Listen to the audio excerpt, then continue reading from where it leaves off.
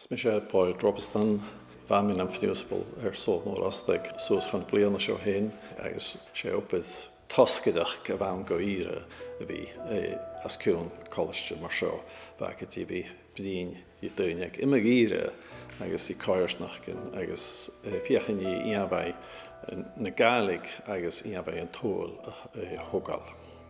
Smisha Iain Thormoid MacLeòid agus smisha hiad áirithe a háisiche go choláiste as a bblion na nuci diog 8 sa 3 háisiigh sin le díreach 8 oileanaich.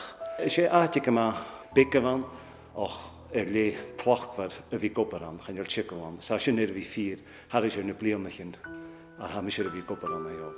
Well, bha mis a seachlan na fiad tréning lucht tsekisk an na college of Jordan. Agus an oileanaich luai mas danig mi seo agus ranne sin bha mi teich bliana an árscoil an ópain Checkas Gàidhlig agus dóis a bhfuil Gàidhlig a hicasc archaich gomór as an núine sin. O channe bhain go bhfuil canan a hicasc he ma dhéan dúlchas he ma dhéan cúltar sa sin chócútamach ha cútamach a thuhar neachtarí ar sin ag deireadh go lá an na nugáid chara sin féin seo as a scáil roiú seo. Ha ag an drugail an na fóine scíran go bhfuil a Gàidhlig dul eis. Agus am is miniach an na tóirgáin ha fé mí duine bhí gopur cónach agus sé bhí gopur cónach is na cáirsnachtain am is miniach ha uafas a chéin cútramach san haicha cútramach go mí áiteach an acin fer bhfuil a Gàidhlig ríist láitir fer bhfuil a Gàidhlig a bríon fé mí barach taich, fé mí barach misnach, fé mí barach brosnach a go bhí ann as na cáirsnachtain agus bhí gaimasach na sin éithcin go mí barach sin o dólar agus píiseach a tín can tséú. Well, badillimse go bheith barach eolalas ag mutir na dúcha seo fat eachtarí is dúlchas na dúcha a thuimh na cilteach agus na Gàidhlig.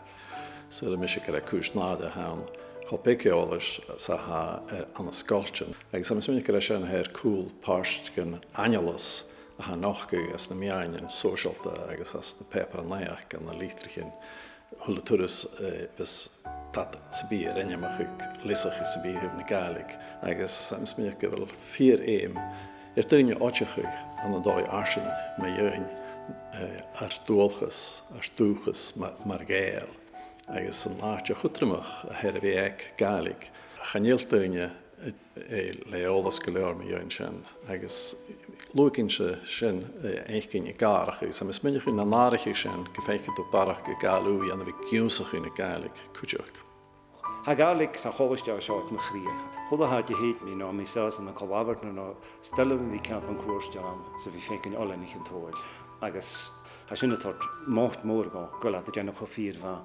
Agus unrút a bha mé go mátelas ag an bliana na gárás bha cimanach gacinn agus bha choras míle oileanach bhí cimanach ag an tóil. Agus tá mis a chodálaite bhí fécinn oileanaich a féin dé opricin agus a ha taon niste tart buai súil na Gàidhlig an dat jommadach dói.